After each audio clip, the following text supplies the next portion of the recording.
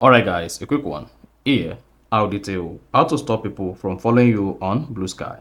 So if you have a Bluesky account and you want to stop people from following you on your Bluesky account, then here's a video for you. So if at the end of this, you found this offer informative, please don't forget to like and then subscribe. All you need to do is go ahead and open the Bluesky application on your phone. So this could be Android and could be on iPhone. Just open the Bluesky application. Then locate the profile you're looking for that you want to block on Bluesky. And click on the profile. Then go to the profile page. On the profile page, all you simply need to do to block this particular person from following you on Bluesky for whatever reason you think is click on this red dot beside follow and then go ahead and click on block account. So if you want to take a drastic decision from letting these people follow you on Bluesky, just go ahead and click on report.